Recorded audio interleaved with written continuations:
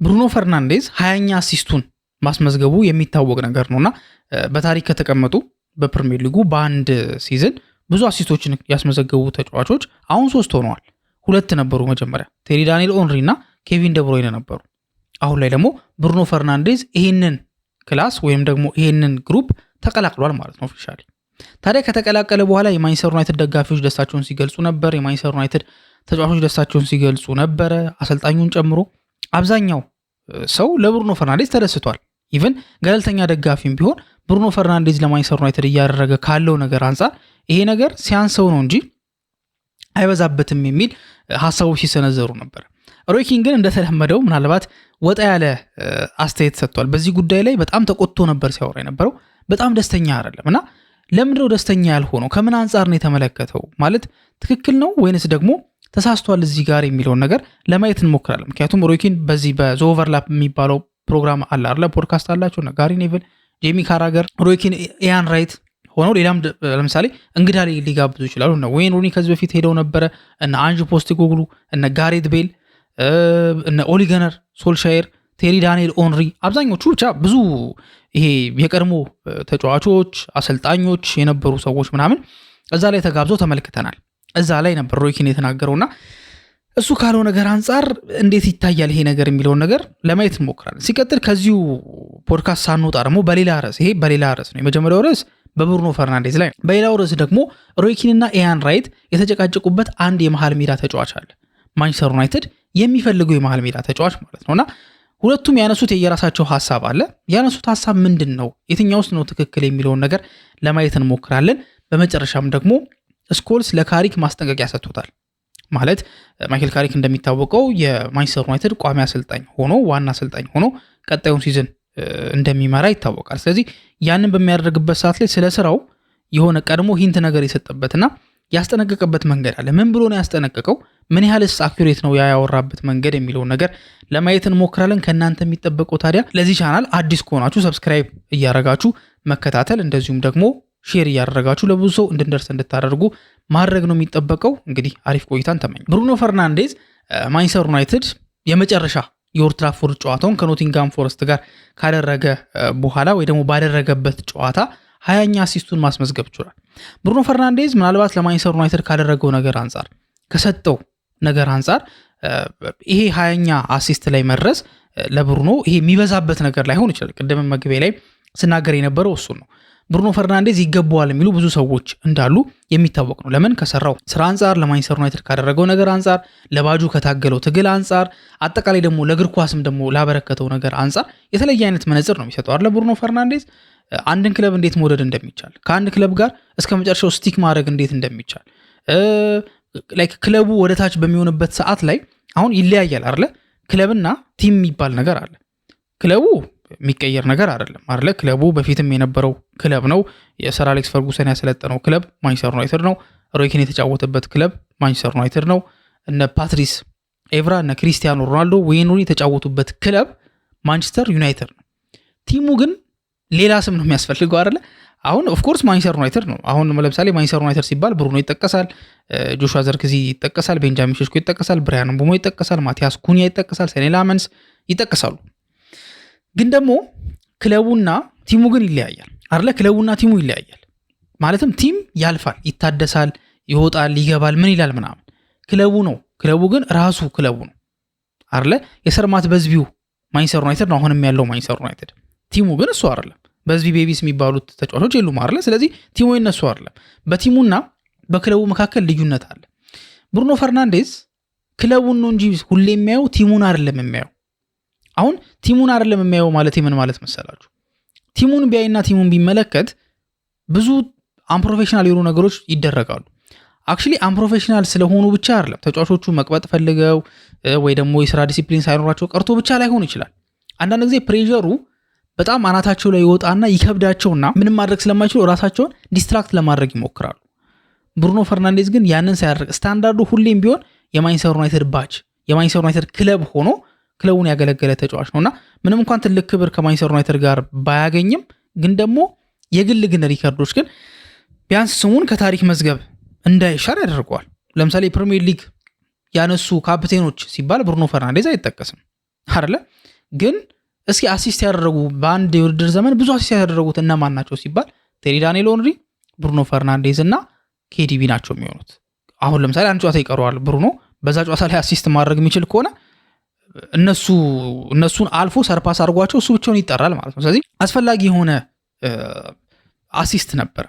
ታዲያ በዚህ ጉዳይ ላይ ሁሉም ደስተኛ በነበረበት ሰዓት ላይ ለብሩኖ ፈርናንዴዝ እንኳን ደስ አለ በሚባልበት ሰዓት ላይ ኢቨን ተጫዋቾቹ ራሱ 20ኛውን አሲስት እንዲያገኝ ሲታገሉለት በነበረበት ሰዓት ላይ ከዛ በኋላ ግን ሮይ ኪን ግን ያነሳው ሐሳብ ግን ፈጽሞ ተቃራኒ፣ ሌሎች ምናልባት ባላሰቡበት መንገድ ነበር የተናገረው። በጣም ተቆጥቶ ነበር ሲያወራ ነበር። ይሄ የማይሆን ማይንድ ሴት ነው። ማንቸስተር ዩናይትድ እንዴት ነው ስለ አሲስት የሚወራው? ጨዋታ አለ ፊት ለፊት ላይ። ጨዋታው የመጨረሻ የኦልድ ትራፎርድ ጨዋታ ነው። ማንቸስተር ዩናይትድ ማሸነፍ አለበት።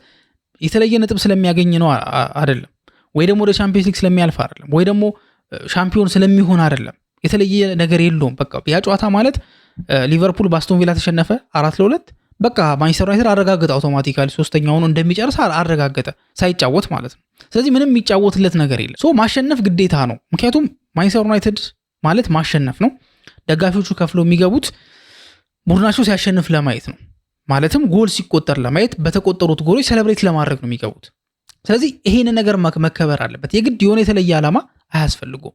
ማንቸስተር ዩናይትድ ግን በዛ ጨዋታ ላይ በሚያሳፍር ሁኔታ ለብሩኖ ፈርናንዴዝ አሲስት ነበር ሲታገሉ የነበረው ብሎ ሮይ ኪን ተናግሯል። በቁጣ ነበር ሲናገር የነበረው። ከጋሪ ኔቪል ጋር ነበር ሲከራከሩ የነበረው።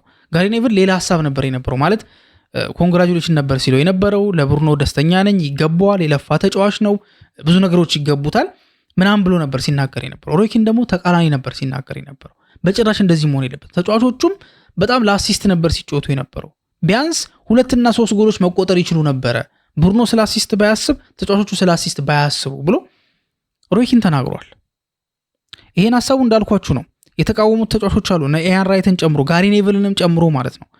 ሮይ ኪን ግን የማንቸስተር ዩናይትድ ማይንድ ሴት ይሄ አይደለም። እንዲሁም ምንድነው ያለው ሮይ ኪን ጋሪ ኔቪል አሁን እኮ ትልቅ ዋንጫ ማሳካት ስላልቻለ ትልቅ ዋንጫ እስኪያሳካ ድረስ በእንደዚህ አይነት ነገሮች ነው ኢንጆይ ማድረግ ያለበት ወይ ደግሞ ሴሌብሬት ማድረግ ያለበት ብሎ ተናገረ። በእንደዚህ አይነት ማይንድ ሴት ደግሞ መቼም ዋንጫ አይበላም ብሎ ሮይ ኪን አፍርጦ ተናገረ። ምናልባት ሮይ ኪን ከዚህ በፊትም በእንደዚህ አይነት ነገር የተለመደ ነው። የራሱን ተጫዋቾች ክሪቲሳይዝ ለማድረግ አይፈራም። ድሮም ነው ምላችሁ። አሰልጣኙን ክሪቲሳይዝ ለማድረግ አይፈራም። ቦርዶቹን ክሪቲሳይዝ ለማድረግ አይፈራም። በቃ ሮይ ኪን ማለት እንደዚህ ነው። ከድሮም የሚጋፈጥ አይነት ሰው። ከብሩኖ ፈርናንዴዝ ጋር ደግሞ ብዙ ልውውጦች እንደነበሩ እናስታውሳለን። ራሱ ከካሪክ ጋር ካሪክ ያው ሃንድ ላይ ያደረገበት መንገድ በጣም አስደናቂ ስለነበር ነው እንጂ ሮይ ኪን እንደዚህ አይነት ሰው። ታዲያ ይሄን ነገር በሁለት አይነት መመልከት አለብን ብዬ አስባለሁ። አንደኛው ነገር ሮይ ኪን የነበረበትን ኢራ ማስታወስ አለብን። ሮይ ኪን የሚያውቀው ማንቸስተር ዩናይትድ የትኛው ማንቸስተር ዩናይትድ ነው? እንዳልኳችሁ ነው፣ ቅድም እንዳልኳችሁ ክለብና ቲም ይለያያል አይደለ? ሮይ ኪን የሚያውቀው ማንቸስተር ዩናይትድ የሚባለውን ክለብ ነው። ቲሙ የራሱ ቲም ነው። በቃ በሱ ጊዜ የነበሩ ተጫዋቾች አሉ አይደል? እነ ስኮልስ የመሳሰሉ ተጫዋቾች አሉ። እነሱ እንዳሉ ናቸው። ክለቡ ግን ማንቸስተር ዩናይትድ ነው። የሚያስተሳስረው ሮይ ኪንና ብሩኖ ፈርናንዴዝን የሚያገናኛቸው ወይ ደግሞ የሚያስተሳስራቸው ነገር ምንድነው? ሁለቱም ለማንቸስተር ዩናይትድ ክለብ መጫወታቸው። ሁለቱም ለማንቸስተር ዩናይትድ ቡድን እኮ አይደለም የተጫወቱት። ሮይ ኪን የተጫወተበት ቡድን አለ፣ ብሩኖ ፈርናንዴዝ የተጫወተበት ያለው ቡድን አለ። ሁለቱም ግን አንድ የሚያደርጋቸው ነገር ምንድነው? ለአንድ ክለብ ለአንድ ባጅ ተጫውተዋል። ለአንድ ክለብ ለአንድ ባጅ ተጫውተዋል። ስለዚህ የተለያየ ነገር ነው። ሮይ ኪን አሁንም አይምሮ ውስጥ ያለውና እያወራ የሚገኘው ስለዛኛው ማንቸስተር ዩናይትድ ነው። which is መጥፎ ነው ብዬ አላስብም፣ ወይ ደግሞ ስህተት ነው ብዬ አላስብም። እንደዚህ አይነት አስተዋሾች ያስፈልጋሉ። እንዲሁም ቡድን ውስጥ ነበር እንደዚህ አይነት ሰዎች የሚያስፈልጉት ብዬ አስባለሁ። አሁን ይሄ አንደኛው ሳይድ ነው እንዳልኳችሁ። የብሩኖ አሲስት ሴሌብሬት መደረግ የለበትም እያልኩኝ አይደለም። ግን ሮይ ኪን ግን እያወራ ያለው ማንቸስተር ዩናይትድ ያኛው ማንቸስተር ዩናይትድ ነው። ስለዚህ ስታንዳርዱ እንደዛ ነበረ። እሱ ከነበረበት ጊዜ አንጻር እየተመለከተው ነገሮች ላይ እንደዚህ ሃርድ እየሆነ ያለው ራሱ ላይም ሃርድ ነው፣ የቡድን ጓደኞቹ ላይ ሃርድ ነው፣ አሰልጣኙ ላይ ሃርድ ነው፣ ቦርዶቹ ላይ ሃርድ የነበረ ሰው ነው። ስለዚህ አሁን መጥቶ ሚዲያ ላይ ሊለሳለስ አይችልም። ስለዚህ ከነበረው ነገር አንጻር የምንረዳው ነገር አለ። በሌላ መንገድና ግን ሮይ ኪን ትክክል አይደለም ደግሞ ብለን እንድናስብ የሚያደርገን ነገር ምንድን ነው? ብሩኖ ፈርናንዴዝ ምን ማድረግ ነበረበት? ይህ ቡድን ለዋንጫ እንዲጫወት ማድረግ የሚችለው እኮ እሱ ብቻ አይደለም፣ አሰልጣኙ፣ ቦርዱና ሌሎችም ተጫዋቾች ናቸው አይደለ? ስለዚህ ያለው አማራጭ አሁን ለምሳሌ በዚህ ዓመት ላይ ምንም ሊደረግ አልተቻለም። ቻምፒየንስ ሊግ ተገብቷል። ከዛ በኋላ እየቀረበ ሲመጣ ስለ ሪከርዱ መታሰብ ጀመረ። ስለዚህ ይሄን ሪከርድ ምንድነው ማድረግ ያለበት? ማለት ለሪከርዱ መጓጓት የለበትም ነው። ትንሽ አስቸጋሪ ነገር ይመስለኛልና በሁለት አይነት መንገድ ስንመለከተው ሮይ ኪን ያለውም ከዛኛው ማንቸስተር ዩናይትድ ክለብ አንጻር ትክክል ነገር ነው። ግን ደግሞ ጋሪ ኔቭልም እንዳለው ግን አሁን ባለው ከቲሙ አንጻር ደግሞ ከተመለከተ ትንሽ የሚባሉ አቺቭመንቶች ለትልልቅ አቺቭመንት ሊያመጡ ስለሚችሉ ሰለብሬት ማድረግ መጥፎ አይደለም ብሎ እንደሚያምን የተናገረበት አጋጣሚ አለ። ከዚሁ ፖድካስት ሳንወጣ ወደ ሌላኛው ርዕሳችን ደግሞ ስንሄድ ሮይኪ እና ደግሞ ኢያን ራይት ናቸው በዚህ ጉዳይ ላይ የተከራከሩት። በምር የተከራከሩት ማንቸስተር ዩናይትድ ሚድፊልድ ለማምጣት እየተንቀሳቀሰ እንደሆነ ይታወቃል። በተለይም ደግሞ ለኮቢ ሜኑ አጣማሪ የሚሆነው ማለት ነው። ልክ አሁን ካሴሚሮ ኮቢ ሜኑ አቅሙን እንዲያወጣ ጎልቶ እንዲታይ እንዳደረገው ሁሉ ሌላም ደግሞ ተጫዋች አሁን ካሴሚሮ መውጣቱን ተከትሎ ሌላ ተጫዋች ደግሞ እንደዚሁ ሜኑ ሻይን እንዲያደርግ ማድረግ አለበት። አክቹሊ ሜኑን ሻይን እንዲያደርግ ስለማድረግ አይደለም ሙሉ የማንቸስተር ዩናይትድ ሐሳብ ሜኑ ሻይን እንዲያደርግ አይደለም፣ ግን ሜኑ እንዲመቸው ከተደረገ ደግሞ ከጎኑ ያለውም ተጫዋች እንዲመቸው ይሆናል ማለት ነው። ስለዚህ ይሄ እርስ በርሱ ተሰናስሎ የሚሰራ ነገር ነው። ወይ ደግሞ አንዱ ከተደረገ እዛ ጋር ያለውም ነገር የሚደረግበት ነው። ላይክ ይሄ እንደ ዶሚኖ ኢፌክት ብለን ልንጠራው እንችላለን። ስለዚህ ያኛውን ለማድረግ ሚድፊልድ ቦታ ላይ ተጫዋች እየፈለገ እንደሆነ ይታወቃል። ሊስት የተደረጉ ተጫዋቾች አሉ። ሮይኪን እና ኢያን ራይት በዚህኛው ኮንቨርሴሽን ላይ ያነሱት ስለማን ነው? ስለ ኤሊየት አንደርሰን ነው። የሮይኪን ሀሳብ ምን መሰላችሁ? ኤሊየት አንደርሰን በጣም አሪፍ ተጫዋች ነው፣ ጥሩ አቅም ያለው ተጫዋች ነው። ከማንቸስተር ዩናይትድ ጋር በነበረውም ጨዋታ አሳይቷል። ሲቀጥል ከዛ በፊትም በነበሩት ጨዋታዎች ላይ ለኖቲንጋም ፎረስት ኮንሲስተንት በሆነ አቋም ሲጫወት የነበረ ጥሩ ስታር ነው። ኒውካስልን በነበረበትም ሰዓት ላይ አምናም ቢሆን ዘንድሮም ቢሆን ማለት ነው። ስለዚህ ጥሩ ተጫዋች ነው። የሮይኪን ችግር ምንድን ነው? ማንቸስተር ዩናይትድ ለኤሊየት አንደርሰን 70 እና 80 ማክሲመም 80 ከ70 እስከ 80 ባለው ነው ማውጣት ያለበት ነው የሚለው። ከ70 እስከ 80 ከሆነ ትልቅ የሚያስፈልግ ዝውውር ነው። እንደሚባለው 100 እና 125 ከሆነ ግን ለማንቸስተር ዩናይትድ ትልቅ ኪሳራ ነው የሚሆነው። ተጫዋቹ 100 እና 125 አይገባውም ብሎ ነው የተናገረው። አሁን የተጫዋቹን ብቃት አልካደም፣ ግን ደግሞ ዋጋው ግን የተጋነነ ነው። ይሄ ሁላ ገንዘብ አያወጣም። 70 እና 80 ከሆነ ግን ችግር የለውም። ከዛ በላይ ከሆነ ግን ትልቅ ኪሳራ ነው የሚሆነው ብሎ አሳይት የሰጠበትን አጋጣሚ ተመልክተናል። ኢያን ራይት ደግሞ ከሱ በተቃራኒ መንገድ ኤሊየት አንደርሰን በጣም አስደናቂ ተጫዋች ነው። እድሜው 23 ነው። ካደረጋቸው ነገሮች አንጻር የፕሪሚየር ሊግ ልምድ አለው ከብዙ ብቃቶች አንጻርና ማንቸስተር ዩናይትድ ከሚፈልገው አንጻር እንደዚሁም ማንቸስተር ሲቲም ደግሞ በጣም መፈለጉን ስትመለከት ማንቸስተር ዩናይትድ ለዚህ ተጫዋች መከፈል ያለበትን ገንዘብ ከፍሎ ወደ ኦልድ ትራፎርድ ማምጣት አለበት ነው ኢያን ራይት የሚለው። አሁን ሁለቱ የተለያየ ሀሳብ ነው አይደል እያነሱ ያሉት። አንድ የሚያረጋቸው ነገር አለ። በነገራችን ላይ ምንድነው አንድ የሚያረጋቸው ነገር? የኤሊየት አንደርሰንን ብቃት ሁለቱም አልካዱ። ልዩነታቸው ደግሞ ወይ ደግሞ ልዩ የሚያደርጋቸው ደግሞ ምንድነው?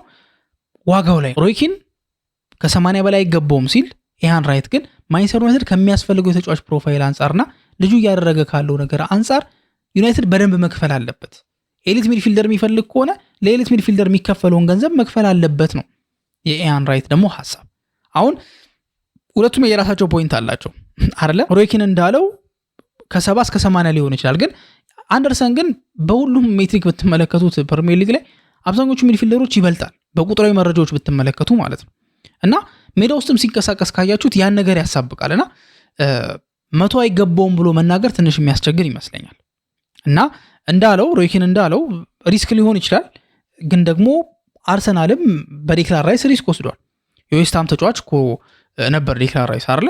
በእርግጥ በዛ ሰዓት ዌስትሃም ኮንፈረንስ ሊግን እኮ ማሳካት ችሏል ከዴክላን ራይስ ጋር። መጥፎ የሚባል ጊዜ አይደለም እያሳለፉ የሚገኙት። ግን ኖቲንግሃም ፎረስትም በዚህ አጋጣሚ መረሳት የሌለበት ነገር አምና ለሻምፒዮንስ ሊግ ነበር ሲፋለም ነበር። ስለዚህ በዚህ ጉዳይ ላይ ኢያን ራይት ካለው ጋር ነው መስማማው። ከፍ ያለ ገንዘብ ሊያወጣ የሚችል ኳሊቲ ያለው ሚድፊልደር ነው ብዬ አስባለሁ። እና የእናንተስ ምን ታስባላችሁ የሚለውን ደግሞ ኮሜንት ላይ ታስቀምጡልን፣ ላስታውሳችሁ ፈልጋለሁ። ወደ መጨረሻው ደግሞ ርዕሳችን ስንሄድ ስኮልስ ለማይክል ካሪክ ማስጠንቀቂያ አስቀምጦለታል። ያ ማስጠንቀቂያ ምንድን ነው? የስኮልስ ምርጫ ወይ ቱኸል ወይም ደግሞ ሉዊስ ኤንሪኬ እንዲሆን ግን የሆነው ሆኗል። አሁን ሁለቱ አሰልጣኞች የማንቸስተር ዩናይትድ አሰልጣኝ መሆን አልቻሉም። ስለዚህ ማይክል ካሪክ የማንቸስተር ዩናይትድ ዋና አሰልጣኝ ተደርጎ ተሹሟል። በዚህ ተቃውሞ የለውም ማለት እነዛ ቢሆኑ ይሻሏል። በዚህ ግን በጣም ትልቅ የሚባል ተቃውሞ ወይ ደግሞ መሆን የለበትም የሚል ሰው እንዳልሆነ ራሱ ተናግሯል። ግን ችግሩ ምንድነው? ካሪክ ዘንድሮ ያደረገውን ነገር በቂ ነው ቀጣይ ዓመትን ማድረግ ይችላሉ ብሎ ካሰበ እዛ ጋር ነው የሚሳሳተው። ምክንያቱም ዘንድሮ ይለያል። አንደኛ በሳምንት አንድ ጨዋታ ነው የሚያደርገው ወይም በሁለት ሳምንት አይደለ? ሁለተኛ ኤክስፔክቴሽኑ በጣም ሎ ነው። ማይክል ካሪክ የማንቸስተር ዩናይትድ ኢንተሪም ማናጀር ሲሆን ኤክስፔክቴሽኑ ትንሽ ነው። ማንም ኤክስፔክት አያደርግም ከሱ አይደለ? ምክንያቱም ጊዜያዊ ነው፣ ነገሮች እንዲያረጋጋ እንዲያበርድ ነው የመጣው እንጂ የተለየ ነገር የማንቸስተር ዩናይትድን ሲዝን እንዲቀይር አይደል። ስለዚህ ያ ጫና የለበትም። ሶ የመጀመሪያው ደግሞ ግማሽ ላይ ስለመጣ የሱ ተጫዋቾች ስላልሆኑ ስታይሉ ላይ ብዙ ጭንቀት ወይ ደግሞ ፎከስ አይደረግም። ስኮልስ እንደሚለው ከሆነ ግን ቀጣይ ዓመት ማለት ግን ፕሬሸር አለው። አንደኛ ይጠበቃል፣ የማንቸስተር ዩናይትድ አሰልጣኝ ነው እሱ። ስለዚህ የሚጠበቅበት ነገር አለ። የማንቸስተር ዩናይትድ አሰልጣኝ ስለሆነ ከሱ የሚጠበቅ ነገር አለ። ከማንቸስተር ዩናይትድ አሰልጣኞች የሚጠበቀው ነገር ማለት ነው በሳምንት አንድ ጨዋታ ብቻ አይደለም የሚያደርጉ፣ ምናልባት 2 ጨዋታ 3 ጨዋታም ሊያደርግ ይችላል። በዚህ በተቃራኒው መንገድ ማለት በእነዚህ አይነት መንገድ ሊሄድ ይችላል። ሲቀጥል ደግሞ ክረምት ላይ በዝውውር ስለሚታገዝ የእሱ ስታይል ላይ ሁሉም ሰው ፎከስ አድርጎ ስታይሉ እንደዚህ ነው እንደዛ ነው እንደዚህ ማድረግ አለበት የለበትም ይላል። ስለዚህ እነዚህ ፕሬሸሮች አብሮ ከስራው ጋር የሚመጡ ናቸውና ቀድሞ ማሰብ አለበት። እንደ ዘንድሮ የሚሆን ከመሰሉ ይሳሳታል። ስለዚህ መዘጋጀት አለበት ብሎ ፖል ስኮልስ ማስጠንቀቂያ ያዘል ምክርም ነው ማስጠንቀቂያም ነገር አስተላልፏል ማለት ነው። የእናንተ ሀሳብ ምንድን ነው? ሮይ ኪን ስለ ብሩኖ ፈርናንዴዝ አሲስት ያወራው ነገር ምንድን ነው? የእናንተ ሀሳብ የሚለውን ነገር ስለ ኤሊዮት አንደርሰንም ያላችሁ ሀሳብ ምንድን ነው የሚለውን ነገር በኮሜንት ሴክሽን ላይ ታስቀምጡልን እንጠይቃችኋለን። እስካሁን ድረስ አብራችሁን ስለቆያችሁ እናመሰግናለን። በቀጣይ ፕሮግራም እስከምንገናኝ ድረስ መልካም ጊዜ ይሁንላችሁ።